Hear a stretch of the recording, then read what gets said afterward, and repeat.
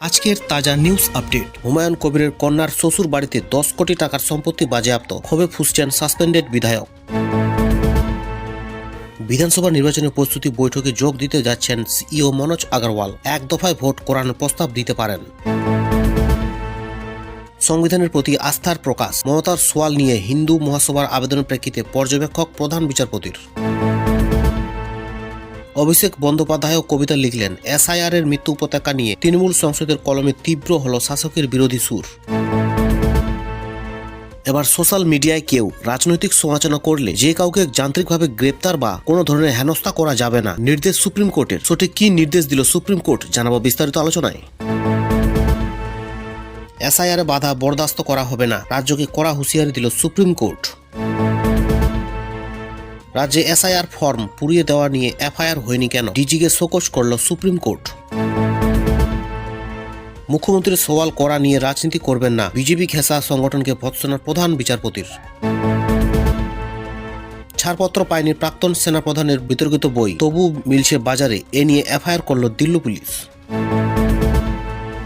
কয়লা দুর্নীতিকাণ্ডে 150 কোটি টাকার বেআইনি লেনদেন, সিন্ডিকেট তৈরি করে তোলা হতো গুন্ডা ট্যাক্স, ইডি গ্রেপ্তার করল দুজনকে। আবার সুপ্রিম কোর্টে পিছিয়ে গেল আইপ্যাক মামলার শুনানি, বারবার মামলা পিছিয়ে যাচ্ছে কেন, উঠছে প্রশ্ন। গান্ধীজিকে নিয়ে প্রবন্ধ লেখায় সাজা কমে গেল ধর্ষকের, আজীবন কারাদণ্ড থেকে 12 বছরের জেল, নির্দেশ বম্বে হাইকোর্টের। মন্ত্রীর জবাবে সন্তুষ্ট নই, বিহারে নিজের কেন্দ্রে হাসপাতালের বাস্তব ছবি তুলে ধরে সরব বিজেপি বিধায়ক মৈথালি ঠাকুর। ইডির সমন এড়ালেন অনিল আম্বানির পত্নী, প্রায় 40,000 কোটি টাকার কেলেঙ্কারিতে করা হলো সমন। হিংসা ছড়ানোর অভিযোগ, হেমন্ত বিশ্ব শর্মার পয়েন্ট ব্ল্যাঙ্ক ভিডিও নিয়ে সুপ্রিম কোর্টে দায়ের করা হলো জনস্বার্থ মামলা। আবার দিল্লির আকাশে উড়বে এয়ার ট্যাক্সি পরিষেবা, শহরের যানজট এড়াতে এবার প্রযুক্তিগতভাবে নতুন উদ্যোগ নিল সরকার। ডিজিটাল অ্যারেস্ট, উধাও 54,000 কোটি টাকা, এবার ডাকাতি রুখতে কেন্দ্রকে কড়া নির্দেশ সুপ্রিম কোর্টের। আদনান সামির সঙ্গে নৈশভোজ আরএস প্রধানের, মোহন ভাগবতকে দেশদ্রোহী বলল কংগ্রেস। এসআইআর স্ক্রুটিনির সময় বাড়িয়ে 14 ফেব্রুয়ারি করল সুপ্রিম কোর্ট, চূড়ান্ত তালিকা প্রকাশ নিয়ে রয়ে গেল এখনো ধোঁয়াশা। পিএম কেয়ার্স ফান্ড নিয়ে সংসদে কোনো প্রশ্ন করা যাবে না, কেন্দ্রের অবস্থানে আবার বিতর্ক তুঙ্গে। পাকযোগের প্রমাণ থাকলে সিটের রিপোর্ট সামনে আসুক, ফ্লপ রাজনৈতিক নাটক, এবার হেমন্তকে পাল্টা দিল গৈগে। ঘর থেকে তুলে নিয়ে গিয়ে মারধর, জগদ্দলে বিজেপির দেওয়াল লেখাকে কেন্দ্র করে শাসক বিরোধী তুলকালাম। এসআইআর এর চূড়ান্ত সিদ্ধান্ত ইআরওদের হাতেই, মমতার আবেদন মানল সুপ্রিম কোর্ট। আইন শৃঙ্খলার প্রশ্নে ডিজিকে করা হলো শোকজ। আজকে দিন বিজেপির জন্য আসেনি, আরএসএস এর পরিশ্রমে এসেছে, জানালেন সংঘ প্রধান মোহন ভাগবত। সংসদ ভবন ওড়ানোর হুমকি, শুক্রবার দুপুরে বিস্ফোরক ঘটনার আগাম ইমেল খালিস্তানি জঙ্গিদের। মুম্বাইয়ে আন্তর্জাতিক তেল পাচার চক্র ফাঁস করল ভারতীয় কোস্টগার্ড, আটক করা হলো 3টি জাহাজ। সিন্ধু চুক্তি স্থগিতের পর চেনাবে মেগা বাঁধ প্রকল্পে গতি বাড়ালো ভারত, জারি করা হলো 5,130 কোটি টাকার টেন্ডার। মাঝ আকাশে ইঞ্জিন বিকল, কর্ণাটকে চাষের জমিতে ভেঙে পড়ল বেসরকারি বিমান, আহত পাইলট ও ক্যাপ্টেন। দিল্লিতে পরপর 10টি স্কুলে বোমাতঙ্ক, সাথে সংসদ ভবনও উড়িয়ে দেওয়ার হুমকি, তল্লাশে বোম্বে স্কোয়াড। কুকি নাগা সংঘর্ষে আবার অশান্ত মণিপুর, মধ্যরাতে একের পর এক বাড়িতে আগুন ধরানোর অভিযোগ, মোতায়েন করা হলো বাহিনী। দিল্লিতে জানুয়ারির 2 সপ্তাহে নিখোঁজ 807 জন, স্বতঃপ্রণোদিতভাবে তদন্ত শুরু করল জাতীয় মানবাধিকার কমিশন।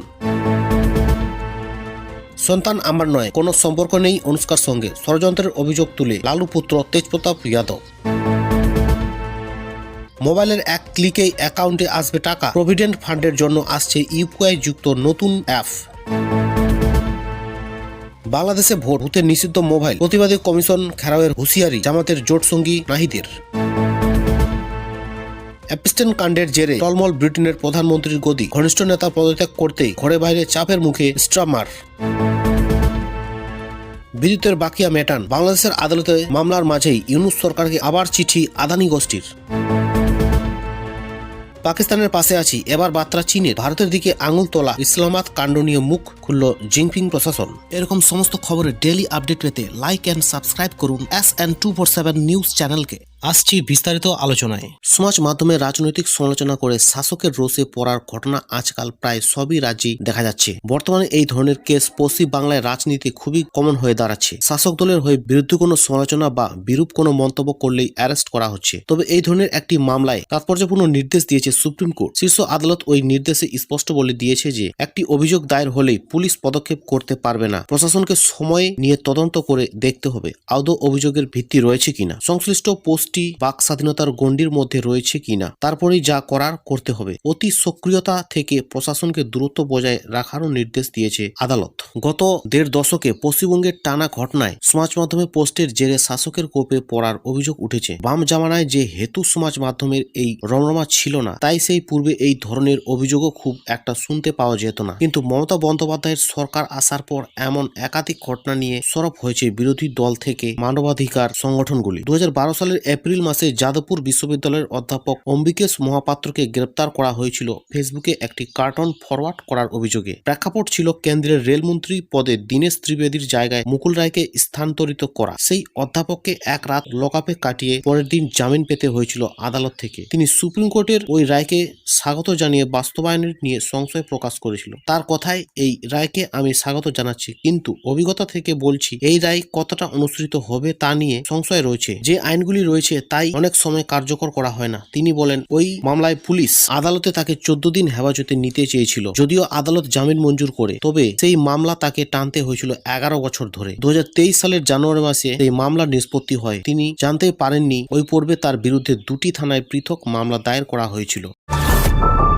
এবার কয়লা দুর্নীতির মামলায় তদন্তে 2 জনকে গ্রেপ্তার করলো ইডি। কয়লা তদন্ত কাণ্ডে জিজ্ঞাসাবাদের জন্য 2 জনকে কলকাতার সিজিও কমপ্লেক্সে ইডির দপ্তরে ডেকে পাঠানো হয়েছিল। জিজ্ঞাসাবাদ পর্বে আধিকারিকরা সন্তুষ্ট না হওয়ায় সেখানে গ্রেপ্তার করা হয় ওই 2 জনকে। পরে ধৃতদের বিচার ভবনে পেশ করে ইডি জানায়, উভয়ের বিরুদ্ধে ওই মামলার 150 কোটি টাকার বেআইনি লেনদেন হয়েছে। অভিযুক্তরা সিন্ডিকেট তৈরি করে গুন্ডা ট্যাক্স তুলতেন, এমন অভিযোগ উঠেছে বলে আদালতে জানায় ইডি। তদন্তকারী সংস্থার দাবি, এই চক্রটি মূলত আসানসোল দুর্গাপুর এলাকায় সক্রিয় ছিল। তদন্তকারী সংস্থার আবেদনের ভিত্তিতেই অভিযুক্তদের 18 ফেব্রুয়ারি পর্যন্ত ইডি হেফাজতে রাখার নির্দেশ দিয়েছে বিচারক। ওই 2 জনই পশ্চিম বর্ধমানের বাসিন্দা। স্থানীয় সূত্রে জানাচ্ছে তারা সম্পর্কে মামা ভাগ্নে। এই 2 জনকে এলাকার লোক কয়লা মাফিয়া বলে লোকমুখে পরিচিত। বস্তুত ফেব্রুয়ারির শুরুতেই কেন্দ্র বাহিনীর জওয়ানদের সঙ্গে নিয়ে কলকাতা, দুর্গাপুর এবং আসানসোলের বিভিন্ন জায়গায় হানা দিয়েছিলেন ইডির আধিকারিকেরা।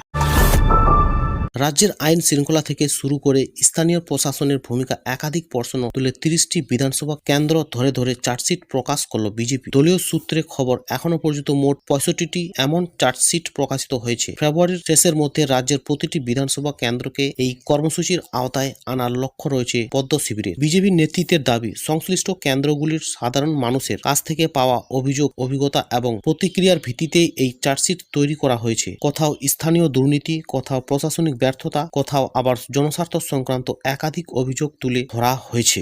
একসঙ্গে একাধিক কেন্দ্রে এই চার্জশিট প্রকাশ করে নির্বাচনী লড়াইয়ে নতুন মাত্রা যোগ করাই বিজেপির কৌশল। চার্জশিটে আইন শৃঙ্খলা পরিস্থিতি নিয়ে তীব্র সমালোচনা করা হয়েছে রাজ্য সরকারের। বিজেপির অভিযোগ, বীরভূম ও মুর্শিদাবাদের মতো জেলায় রাজনৈতিক হিংসা, ভোটের সময় বুথ দখল, বিরোধী কর্মীদের ভয় দেখানো নিয়মিত ঘটনায় পরিণত হয়েছে। পাশাপাশি বেআইনি বালি খাদান, সীমান্ত এলাকায় চোরাচালান এবং অনুপ্রবেশ নিয়েও প্রশাসনের নিষ্ক্রিয়তার অভিযোগ তোলা হয়েছে। আবাস প্রকল্প নিয়েও তৃণমূল সরকারকে কাঠগড়ায় তুলেছে বিজেপি। বিশেষ করে প্রধানমন্ত্রী আবাস যোজনা বাস্তবায়নে অনিয়ম ও আর্থিক সহায়তা পৌঁছতে দেরি হওয়ায় অভিযোগ উঠে এসেছে চার্জশিটে। বিজেপির দাবি, শহরাঞ্চলের বহু দরিদ্র মানুষ এখনো বাড়ির টাকা পাননি। তাদের মতে আবাস ও আর্থিক সহায়তার মতো প্রকল্পে স্বচ্ছতাই জনবিশ্বাসের মূল চাবিকাঠি। যদিও এ নিয়ে তৃণমূলের পাল্টা বক্তব্য, রাজ্যের সামাজিক সুরক্ষা প্রকল্পে লক্ষ লক্ষ মানুষ উপকৃত হয়েছেন এবং বিজেপি রাজনৈতিক উদ্দেশ্যপ্রণোদিতভাবে অপপ্রচার চালাচ্ছে। কর্মসংস্থান দুর্নীতি চার্জশিটের অন্যতম